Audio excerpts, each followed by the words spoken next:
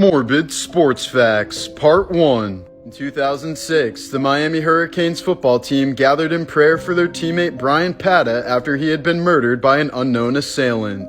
15 years later, his teammate Rashawn Jones ended up being charged with his murder. During a 1998 soccer match in the Republic of Congo, a lightning bolt struck one of the goal pitches. It killed all 11 members of the home team because they were all wearing metal spikes. But the other team was left completely unscathed, for they had been wearing rubber cleats. During the 1910s, there was an American baseball team that completely consisted of death row prisoners. As long as they kept winning, their executions were delayed.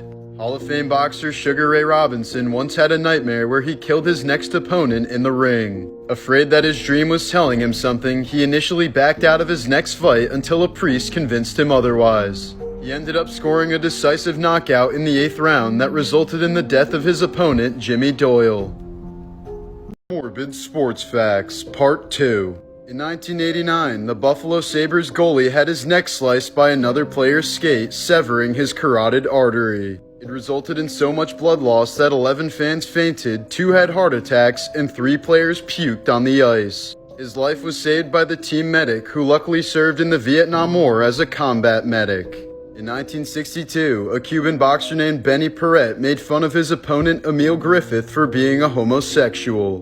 Griffith ended up beating Perret so badly that he fell into a coma and died 10 days after the fight. In 1973, the U.S. Army developed an anti-tank grenade by hollowing out a Nerf football and filling it with explosives. However, the ball never made it to the battlefield since the explosives gave it an unpredictable flight. In 1977, the University of Evansville men's basketball team was involved in a tragic plane crash. The crash killed every player on the team except for one man who didn't make the trip due to an injury. 2 weeks later, that only remaining player was killed by a drunk driver.